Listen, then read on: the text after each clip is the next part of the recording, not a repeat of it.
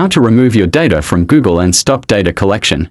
To delete activity, click Delete on the full activity list and choose a time range or Always to remove everything. If using filters, click Delete Results to erase matching entries. You can also delete individual items by clicking X next to them.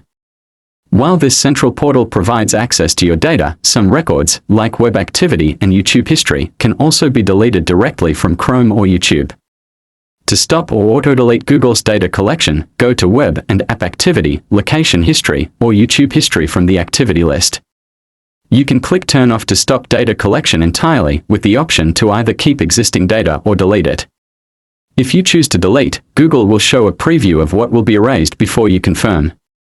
Additionally, you can set up auto-delete to automatically remove data after 3, 18, or 36 months. In other words, Google definitely wants you to allow it to collect this data, but in the end, it's your choice. And that's all for this video. I hope this is helpful to you. Thank you.